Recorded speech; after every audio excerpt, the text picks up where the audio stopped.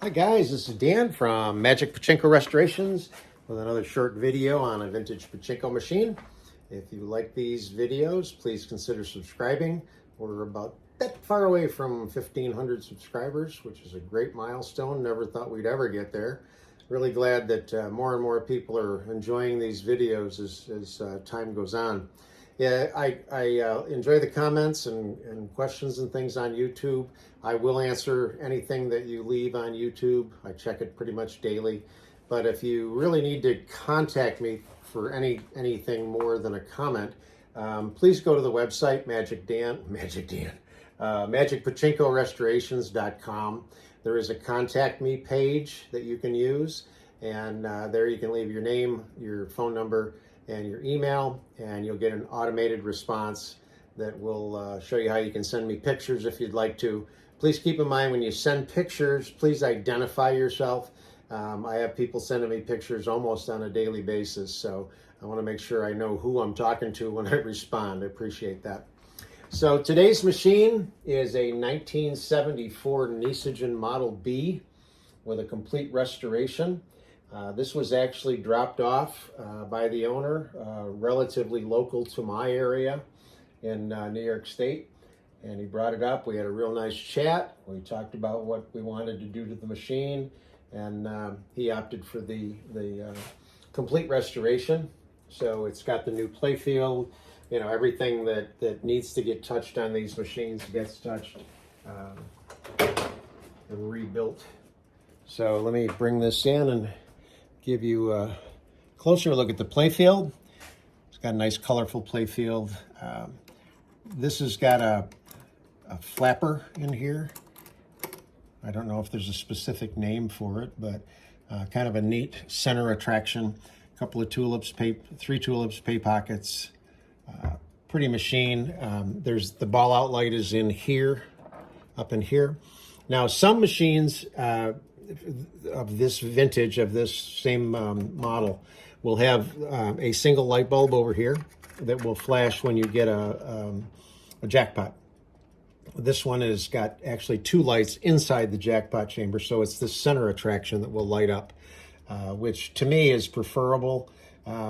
I like the red for the ball out, but another red flash for winning is just not something that sounds or looks as appealing as the ones that are in the middle. Now keep in mind that it depends on the center attraction as to how that gets done, because some attractions are much more opaque and don't allow the light to come through. This one, you'll see when we get it in action, we'll let the light come through.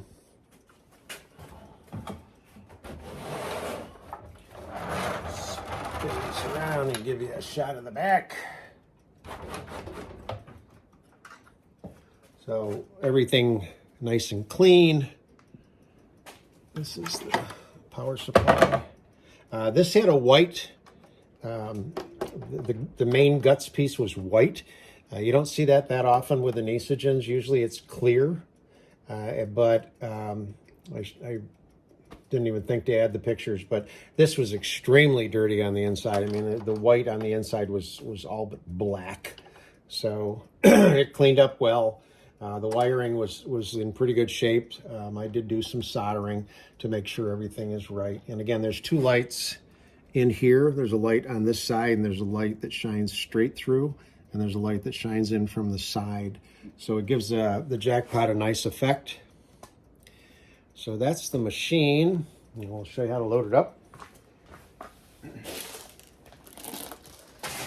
So on a Nishijin Model B, this is the upper feed tray. This is the upper feed chute. This is the turnaround, the lower feed chute into the jackpot. So that's the path that the balls will take when you load the machine.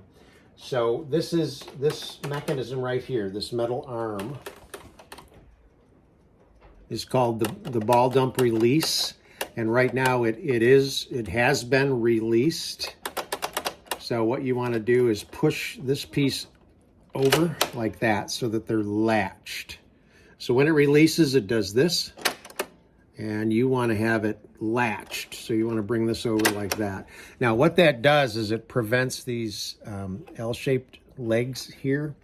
They're on a 90 degree, so there's a piece that's here and a piece that's here.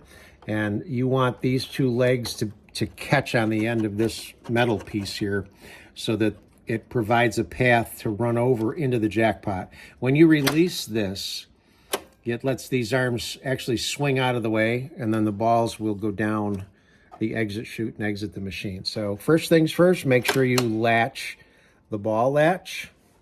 And then once you've done that, then you know that you've done that. You can then start to put some balls in the upper hopper. As always, I suggest just a handful.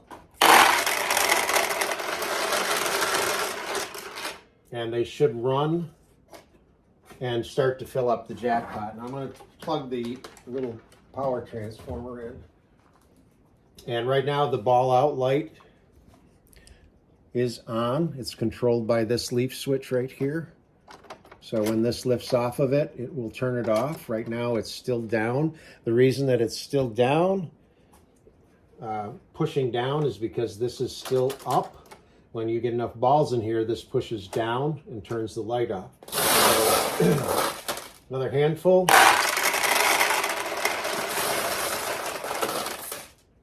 Another handful.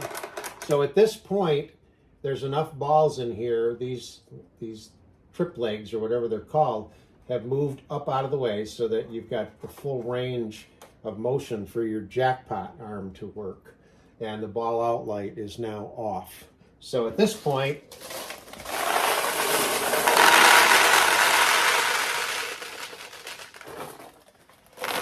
all you want to do is just save a handful for gameplay. Everything else that you own goes in that upper hopper. Keep in mind that if you don't keep that upper hopper full of pachinko balls, your machine's not going to work properly. The last thing you do before you get ready to play is make sure that your seesaw is in the right position. The seesaw is designed to be in this position rather than this position. So right now the seesaw is actually tipped down rather than being up. So underneath is this little rod. You just push up on the little rod and it pushes the seesaw into this position. So what happens when a pachinko machine gets a win is any ball that comes in drops down a ramp that's right about through here. You can't see it, it's internal. It goes down to the end of the seesaw. The seesaw will tip because of the weight of the ball. Let the ball out, it comes over to here, rolls down this ramp, and when it gets right to there, it catches the end of the jackpot arm. I don't know if you can see it move, but it's right there. The way the ball pushes the jackpot arm all the way down. When it does, it will release the jackpot, let the 14 balls go out the front of the machine as a win. The paper clip goes down and momentarily catches the ball, keeps it there. When the cycle is complete, this will lift up, let the losing ball out, and then you get the win, and then the whole system resets itself. All the losing balls are going to come out here. So you need something to catch both the winning ball, and all the losing balls. Okay. So right now we've got the machine properly set up. And you're going to take that handful of balls, put them in the upper feed tray. They're going to run down, and in this glass window, you'll actually see the balls go in and be ready to be cued to go onto the launch ramp. Now, the first time you push down, nothing happens because it takes one cycle of that launch lever to get a ball onto the launch ramp. So right now, there's a ball on the launch ramp, and when I let go, it will shoot through the machine, and it's a loser. Which, keep in mind, the machines were set up to, just like in Vegas, to be set to the house advantage, not the player. However, I try to space the nails so that it gives the player a little bit more of an edge so that they can win as often as possible. So you just shoot the ball. Almost. The ideal situation is to get the ball to drop right in this area and come down through the middle. Now, there will be times when you have a tulip open on either side, And if you push all the way down and let go, actually I probably, okay, it'll go over to the other side. I try to adjust the spring tension so that it stays in the middle. So you got to really kind of go all the way down and let it come back to stay on the right side. If you don't quite go all the way, lift up a little bit before you let go, it'll stay on the left side. And let's see if we can get a win here.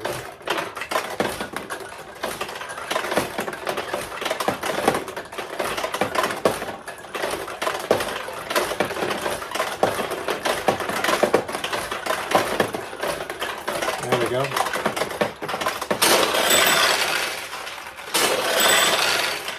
So it went into the tulip opened, then another ball came in right after it, and it closed the tulip. So that's the normal operation of the tulips. So you ended up with 2 wins.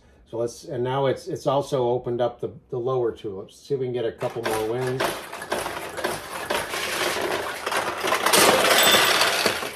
So we got it's much easier to get the ball into the lower tulips. So the center attraction, there's portions where the ball can drop through on the left side. It will open this tulip. There's portions on the right side that'll open this tulip and the center tulip and so on. So